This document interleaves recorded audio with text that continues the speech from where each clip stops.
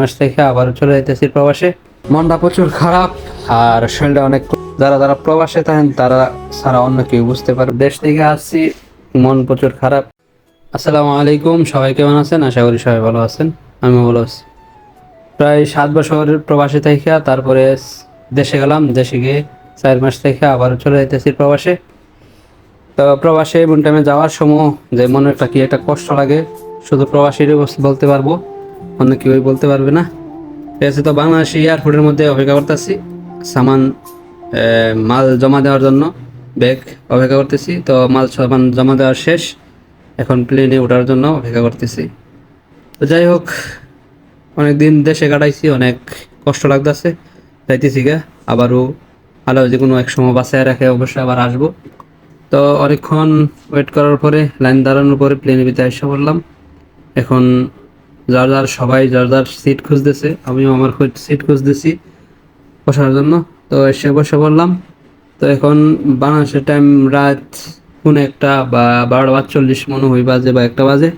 তো এই যে আমি মনটা এখন খারাপ, বসে আছি। তো যাই হোক, বাংলাদেশ থেকে এখন প্লেন উপর দিকে উঠতেছে, খালাস অনেক চলে যাইতেছি, অনেক কষ্ট মনের মধ্যে। তো অনেকক্ষণ প্লেন উপরে থাকা পরে, প্রায় 2-2.5 ঘন্টা থাকার পরে খানা দিয়েছে আমাদের সবাইকে। এই যে খানা, তো অনেক উপরে আছে এখন বর্তমানে, কত কতশো কিলোমিটার উপরে যেন আছে। তো খানা দিছে, এই যে রুটি আর অনেক কিছু খানা দিছে। আচ্ছা, সবার কথা প্রচুর মনে পড়তেছে। তো দেশ থেকে আসছি, মন প্রচুর খারাপ, খানা খাইতে মন চাইতেছে না। এরপরে কিছু করার নাই, পেটে প্রচুর খিদা, খেতে হবে। তো খাওয়া দাওয়ার জন্য সবকিছু ভাগ করতেছি। খাওয়া দাওয়া করার পরে আবার একটা ঘুম দেব, ঘুম থেকে উঠে দেখবো আইসা বসছি। তো এই যে দেখেন, খানা দিছে আলু। যাই হোক, খানা দানা শেষ, এখন কুয়েতের মধ্যে প্লেন ল্যান্ড করতেছে। ওকে, তো কুয়েত থেকে আবারও 4 ঘন্টা কুয়েত থাকবো, তারপরে আবার চলে যাব বাহরাইন। 4 ঘন্টা ওয়েট করা লাগবো। তো আকাশ থেকে কিরকম দেখা যায় কুয়েত, ঠিক আছে, এই যে আপনারা দেখেন। তো কুয়েত ল্যান্ড করতেছে, তারপরে আমরা এয়ারপোর্ট অনেকক্ষণ ওয়েট করব, তারপরে কেয়ার করার। তো যাই হোক, তো আইসা পড়ছি আমরা এখন কুয়েত এয়ারপোর্ট। এখন নামার জন্য সিরিয়াল ধরলাম, তো নেমে যাব। যাই হোক, তো আপনাদেরকে বাংলাদেশ থেকে বাহরাইন এয়ারপোর্ট পুরোটা দেখানোর জন্য চেষ্টা করতেছি। বাংলাদেশ এয়ারপোর্ট থেকে বাহরাইন এয়ারপোর্ট আসতে কি কি করে বা কি কোথায় কি আসে বিষয় সব কিছু দেখানোর জন্য একটু চেষ্টা করতেছি, যতটুকু পারতেছি আপনাদেরকে দেখাইতেছি।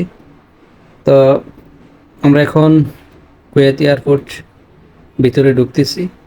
তো এই যে দেখেন কুয়েতের এয়ারপোর্ট, অনেক সুন্দর। যাই হোক, সারা রাত ছিলাম উপরে, প্রায় 6 ঘন্টার মতো, 6.5 ঘন্টার মতো, না এরকমই ছিলাম উপরে। তো এখন ক্লান্ত ক্লান্ত ভাব, কতক্ষণ বসে আছিলাম, বসার কারণে ক্লান্ত, ঘুম ঘুম ভাব। তো অবশেষে কুয়েত আসা বললাম। এই যে দেখেন কুয়েত এয়ারপোর্ট কত সুন্দর।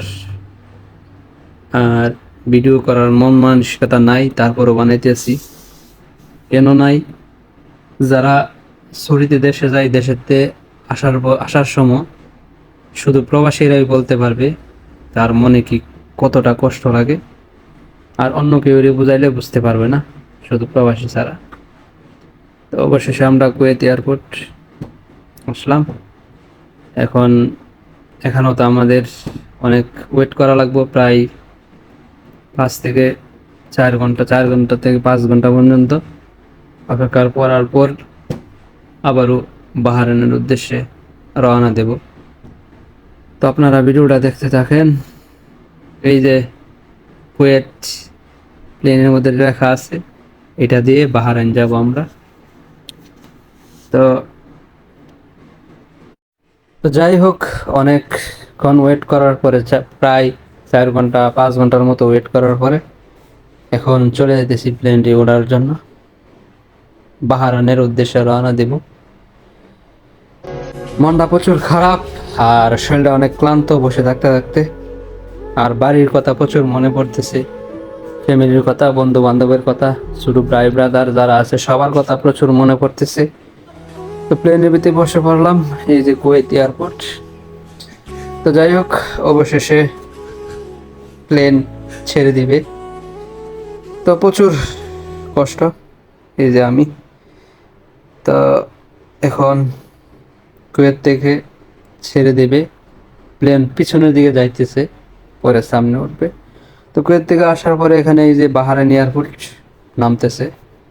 তো আলহামদুলিল্লাহ, আল্লাহর কাছে লাখো শুক্রিয়া, আল্লাহ সুষ্ঠুভাবে ভালোভাবে বাহরাইন এনে নামাইছে, আলহামদুলিল্লাহ। তো যারা যারা প্রবাসে থাকেন তারা আমার এই সময়ের ফিলিংসটা বুঝতে পারবেন বা কষ্টটা বুঝতে পারবেন, যে দেশ থেকে আসলাম আবারও সেই আগের জেলখানায় প্রবাসে, প্রচুর কষ্ট মনটা। যারা যারা প্রবাসে থাকেন তারা ছাড়া অন্য কেউ বুঝতে পারবেন না। তো এই আজকের ভিডিও এখানেই শেষ। তো সবাই ভালো থাকবেন, দোয়া করবেন।